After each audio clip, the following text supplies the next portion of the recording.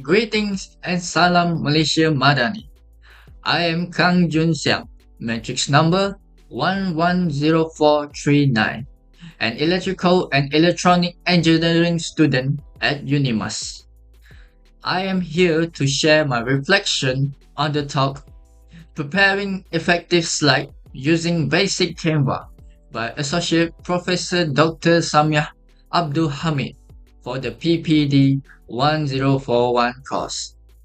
I learned several important techniques for creating better slides. First, I learned the value of using Canva template.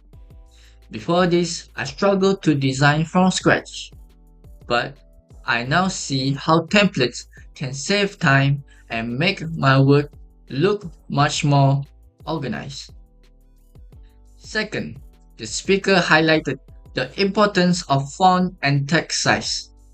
I realized my past slides sometimes used fonts that were hard to read. I now understand that clear typography is the key to keeping the audience focused. Finally, I learned that visual elements like icons and graphics are crucial. My old slides were a bit too simple, but now I know that using the right visual helps communicate my point more effectively.